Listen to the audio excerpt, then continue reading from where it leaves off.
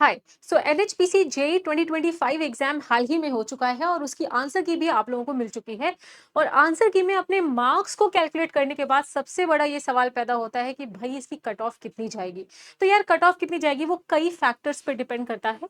सबसे पहले भाई कितने वैकेंसीज थी, कितने नंबर ऑफ एप्लीकेंट्स वहां पर थे, उसके अलावा लास्ट ईयर की कट ऑफ क्या है। तो सारी चीजों को फैक्टर को ले करके हम यहाँ पर अनुमान लगाएंगे कि मैकेनिकल की कितनी कट ऑफ होगी। उसके अलावा मैं सिविल और इलेक्ट्रिकल का भी डेटा आपको दूंगी।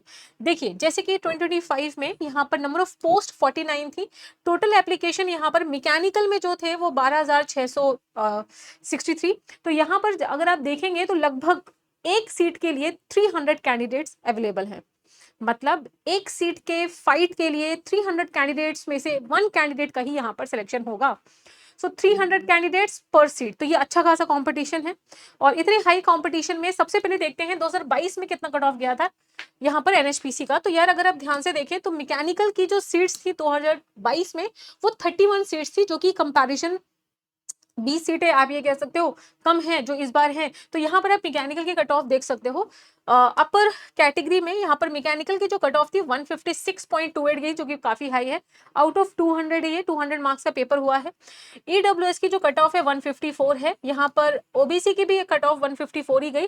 तो आप देख सकते हो यूआर से ज्यादा कट ऑफ आपकी ओबीसी की चली गई। एससी की cut off 147 and ST cut off 123। यहाँ पर सिविल और इलेक्ट्रिकल का भी देख सकते हैं, यहाँ पे मैकेनिकल की कट ऑफ सबसे ज्यादा चली गई है। तो कुल मिलाकर के जब 31 सीट्स थी तो यहाँ पर इतनी कट ऑफ गई थी। अभी हम 2023 का भी डेटा देते हैं। देखिए 2022 पे एनएचपीसी जेई का पेपर हुआ था, 2023 में भी हुआ, 2024 में नहीं हुआ था, 2025 में हुआ है। तो लास्ट 2 ईयर का अगर हम देखें तो 63 सीट्स थी यहाँ पर। एंड उसके लिए जो मैकेनिकल की कट ऑफ है 140 थी आपकी जनरल कैटेगरी की, ओबीसी की 139, ईडब्ल्यूएस की 137, एससी की 127 एंड यहाँ पर 117। तो यार अगर आप ध्यान से देखें, है ना, इस बार का जो पेपर था, I have talk to so many students जो हमारे क्लास के ही स्टूडेंट्स हैं। उन्होंने बताया कि जो पेपर था वो लास्ट ईयर जैसा ही था, पर हम इसे लास्ट ईयर से थोड़ा हायर साइड में ही पेपर हम कह सकते हैं। देखिए वैकेंसी बहुत ज़्यादा भी नहीं थी कि हम ये कहें कि यार बहुत ही कम का चला जाएगा कट ऑफ। तो मुझे ऐसा लगता है कि पिछली बार भी जो हमने यहाँ पर अनुमान लगाया, लगभग यहीं के आसपास ही कट ऑफ आपका रहेगा। आप कह सकते हो कि मैम 63 वैकेंसीज थी, अभी इस बार तो 49 वैकेंसीज हैं। कुछ वैकेंसीज कम है, लाइक 12-13 वैकेंसीज कम है, तो कट ऑफ बढ़ सकता है। नहीं, ऐसा नहीं है। इस बार का जो पेपर था वो भी मुझे ऐसा लगता है कि थोड़ा सा हायर एंड में था।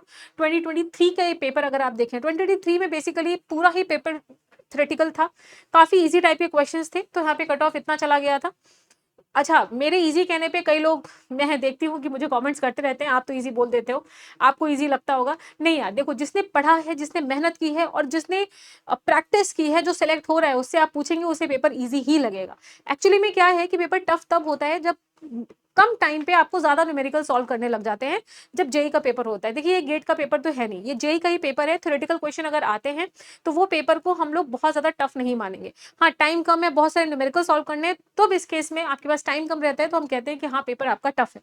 तो यार मुझे ऐसा लगता है कि इस बार अगर आप 2025 में भी कट ऑफ देखेंगे, 2025 में भी कट ऑफ देखेंगे, तो आई वुड से कि आपका जनरल कैटेगरी या यूआर में आप ये कह सकते हो 135 से लेकर के 140 प्लस ही आपका कट ऑफ रहेगा, राइट। इसी हिसाब से आप ओबीसी वगैरह का भी देख सकते हैं। ओबीसी में भी आप 139 है तो आप कह सकते हो 135 से लेकर के 140 प्लस लगभग ही कट ऑफ आपका रहने वाला है। बिकॉज ओबीसी और जनरल में आप ज्यादा कुछ खास अंतर रह नहीं गया, एक क्वेश्चन का ही अंतर है यहाँ पर। बाकी कैटेगरी का भी आप लोग देख सकते हैं, लगभग इतना ही कट ऑफ आपको मिलने वाला है। बहुत ज्यादा रिड्यूस नहीं होगा कट ऑफ, बहुत ज्यादा ऊपर भी नहीं जाएगा कट ऑफ, लगभग यहीं पर ही कट ऑफ आपका रहेगा। रीजन क्या है इसके, बहुत सारे रीजन हैं। जैसे कि आरआरबी जेई में भी हमने अनुमान लगाया था कि हाँ भाई 100 से लेकर के 105 के ऊपर जाएगा कट ऑफ। वैसे ही हुआ, क्योंकि क्या होता है ना, बहुत सारे कैंडिडेट्स हमें मैसेज करते हैं, है ना। आउट ऑफ 100 कैंडिडेट्स हम देखते हैं कि जो मैक्सिमम बच्चे हैं वो कहाँ पर लाई कर रहे हैं, है ना। तो अभी फिलहाल मैंने ये देखा है कि जो मैक्सिमम बच्चे हैं, बहुत सारे बच्चों ने 170 180 ऐसे भी अटेम्प्ट किया है। तो अटेम्प्ट पे तो डिपेंड करता ही है, लेकिन हाँ उसके अलावा एक्यूरेसी पे भी डिपेंड करता है। तो लगभग यही के आसपास 5 नंबर इधर उधर आप कट ऑफ ले सकते हैं, क्योंकि थोड़ा सा हायर साइड में मुझे लग रहा है, क्योंकि पिछली बार उन टॉपिक्स को टच नहीं किया था एनएचपीसी ने जो इस बार टच किया है। तो कहीं ना कहीं ये आपका इतनी कट ऑफ रहने वाली। तो अगर आप 140 प्लस स्कोर कर रहे हैं तो आप बिल्कुल इजी आउट हो सकते हैं, यहाँ पर सिलेक्शन होने के आपके पूरे पूरे चांसेस हैं। बाकी बहुत सारे एग्जाम्स आ गए हैं, एसएससी जे भी आने वाले हैं, आरआरबी जे भी आने वाला है। आरआरबी जे में मैकेनिकल की सबसे ज्यादा वैकेंसीज हैं, आप लोगों को उस पर फोकस करना चाहिए। रात गई बात गई, दैट मीन्स ये पेपर आपने दे लिया है, अपने मार्क्स काउंट कर लिए, उसके बाद आप शांति से बैठिए और दूसरे एग्जाम्स की प्रिपरेशन में लग जाइए। जब रिजल्ट आएगा तब आप देख सकते हैं क्या होने वाला है। थैंक यू सो मच, मिलते हैं नेक्स्ट वीडियो में। आई होप आप थोड़ा रिलेट कर पाएंगे प्रीवियस ईयर कट ऑफ देख करके कि क्या है और क्या हो सकती है आपकी cut off. Thank you so much.